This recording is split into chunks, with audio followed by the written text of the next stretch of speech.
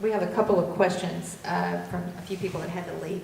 Can you give us your opinion on the current administration's attempt at deregulation?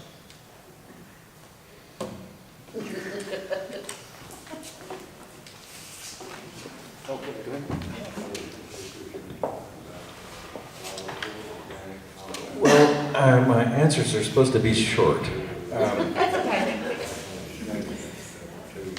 You know, I think of regulations as not being cumbersome things that the government puts into place just because they think these things ought to happen.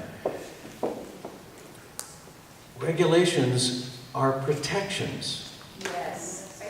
Regulations are protections that are put in place out of long study, of careful research to say, these are the things that are better for us. And we want to be able to do those things. We're offering these as protections because they do things that we cannot do by ourselves.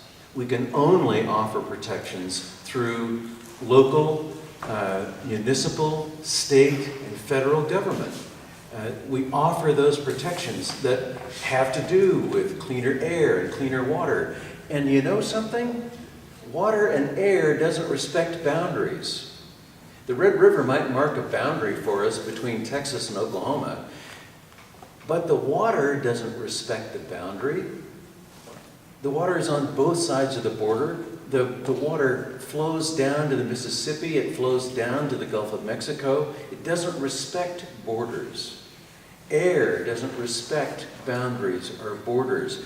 Protections are things that are put in place for the benefit of all of us in the broader community, more than what we are able to do if we go out and say, well, I'm going to filter my water because that's a better thing for me.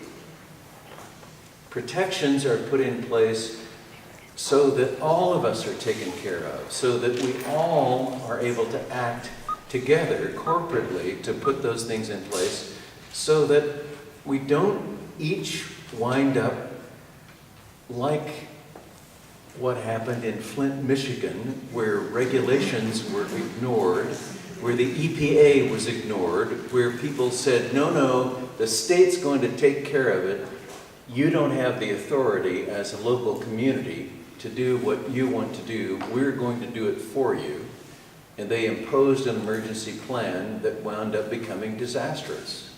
Without the EPA being consulted, without all kinds of protections continuing to be in place. Those are the kinds of things that happen when you strip regulations. When you say, no, those are cumbersome, we don't need those anymore. We need to be able to act freely and quickly. And there are all kinds of other regulations.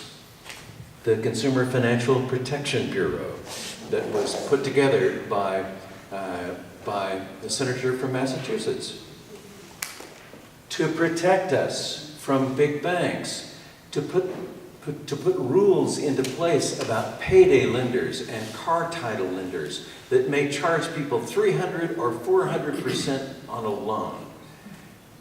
On needy people. We want to do away with those protections. The Choice Act that Representative Radcliffe is so proud of does those very things. It takes those protections away. We need to be acting together to protect one another, and particularly to protect people who are vulnerable and poor.